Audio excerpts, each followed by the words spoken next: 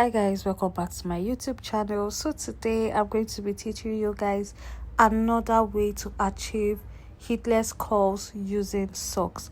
This method works so well and the bounce on these curls refuse to drop until you are ready to restyle it. Let's get right into it. If you've not watched the first video I made about socks heatless curls, please do well to go and watch that video.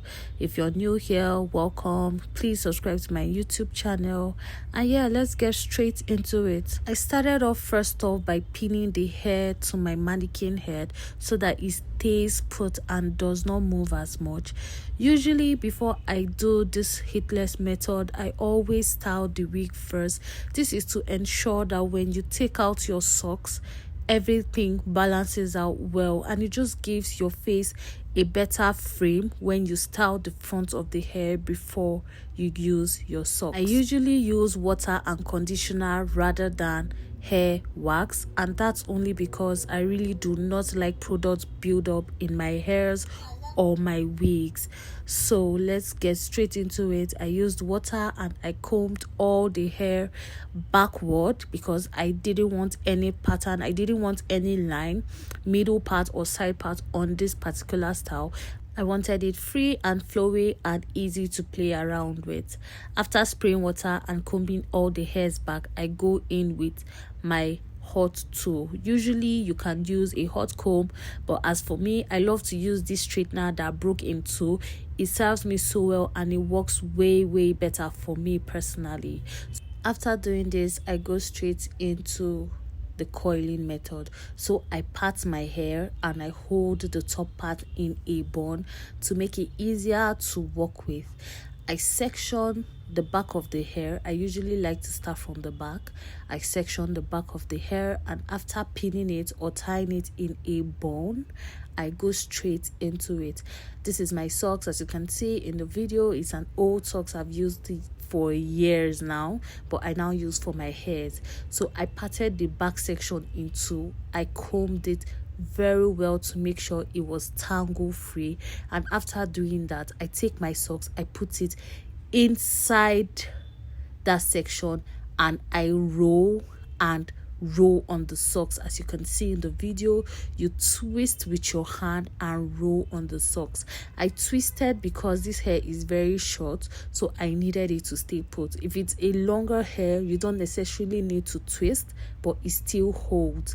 If you twist, it gives you a different curl pattern from when you do not twist and you just roll inward. So I was rolling inward because of how I want my face frame to look like when I take down the curls. Personally, I feel like that is optional because some people like to roll their hair from underneath the section.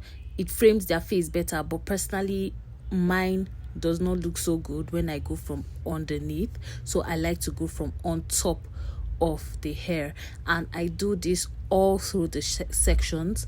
I twist with my hand and roll on the socks until I have exhausted the hair, and I try to tuck the hair in properly, and the side where I'm being tucked is where I use my socks to go round that section of hair because this hair is short, it's a bob wig, and I don't want it to lose. That's why I go round it with the socks itself before I tie it and I knot it. For the front section, because I was not doing any pattern on this particular hair, you can see that I combed it all the way backward and then I rolled and tucked. I twisted with my hand and I rolled on the sock. Twist with your hand and roll on the sock. Keep doing this until you reach the very tip / end of your hair. Then go in with your socks to roll over that section to keep the strands in place and it doesn't lose. Then you tie it in a knot. It's really that simple, guys, and I promise you at the end of this video you're going to see how this particular sock curl turned out to be, and you are going to love the result, trust me. So I repeat this process all through the front of the hair. I comb backwards, bring it all the way back to the end of the closure, and then I take my sock, I put it on top of the hair, not underneath, on top of the hair, and I twist and I roll. Twist and roll. So for this front section, I did not twist as tight as I did for the back section, only because I wanted it to be really flowy and I did not want the bounce to be so bouncy in such a way that it doesn't flow easily. So I didn't twist it as much. But if you want yours to be very bouncy, please go ahead and make sure your twist before you roll on the sock is very tight. One thing I will guarantee you about the sock heatless method, aside from the fact that your hair literally thrives and you barely get heat damage. I use heat on my hairs once in a while when it's a quick fix, but when I have the time to, I would always go with the sock method because it's heat free, so my strands still look good after so much use. Another advantage of the sock curl method is that when you're using it for bouncy hair or coily hair, I promise you that before your hair loses its bounce or its curl, you are going to have to be the one to either dip it in water or do some form of reverse styling for your hair to lose that curl pattern or that bounce. That I can assure you, and that is why I love this method so much. This is the method I love to use for my clients' bouncy hairs, and that's because after I use this method, I promise you that they take months before they bring their hair back for any kind of restyling. That I can assure you. Oh my god, the sock coiling method is literally the best I have used so far, and I've used it, I've used flexi rods, I've used rollers, and I just feel like the sock curl method is unbeatable. It just does something I can't really explain until you experience this curl pattern. I promise you, you would not want to go back. Also, personally, I feel this is really convenient for people who can't necessarily afford to restyle their hair as often, or people who do not have the equipment to restyle their hair often at home, or do not have equipment at all.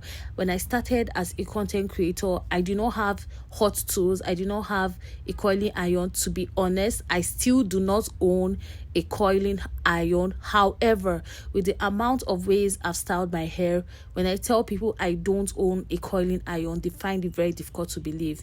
This is what I use for my curls, and as somebody or a beginner creator who did not have any tools whatsoever, I had to make do, and that was when I discovered the sock curl method. Okay, so if you're a beginner to wig influencing, or you're a beginner to hairstyling and you don't necessarily have the finances to buy coiling tools, the sock method is for you. This is the second sock method I am showing you on my YouTube channel, and this is two different curl patterns. I'll be coming with so many more curl patterns. I think I'm going to do a really coily one next, so you see that you can get curls as well, bouncy curls for that matter. When I mean bouncy curls, I mean bouncy curls next, using the sock method. So yeah, so I repeated this method all through the hair, and I want to mention that it is important to note that using the sock curl method, you have to leave it in for a few days. By a few days, I mean a minimum of 24 hours in order for this to work. If you take it out before then, your curls are not going to bounce, and they are literally going to fall almost instantly, okay? Regardless of if the hair is wet or dry. But when the hair is wet, it takes even longer for it to actually work, because it has to dry and sit for days for your curls to actually pop. But if your hair is dry, it takes at least a minimum of 24 hours, which is an entire day.